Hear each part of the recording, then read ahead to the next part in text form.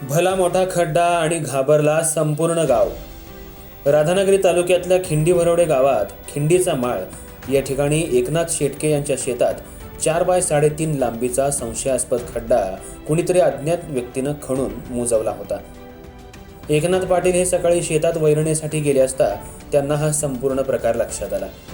त्यांनी तात्काळ गावातल्या नागरिकांना आणि पोलीस पाटील यांना याची माहिती दिली।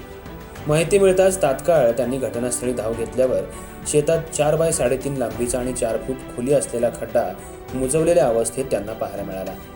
काहीतरी भयंकर प्रकार असल्याचं त्यांना प्रथम दर्शनी वाटलं। ही बातमी वाऱ्यासारखी गावात आणि परिसरात झाली, त्यामुळे निम्मा गाव त्या ठिकाणी पोहोचला।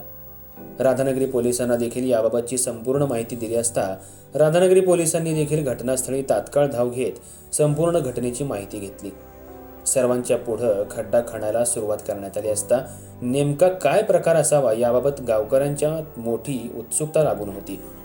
कुणाची तरी हत्या करून त्याचा मृतदेह पुरला असावा किंवा चोरीचा माल ह्यात पुरला असावा अशी दबक्या आवाजात घटनास्थळी चर्चा सुरू होती। खड्डा जसजसा खाली जाईल तसतशी बघायची गर्दी वाढली होती।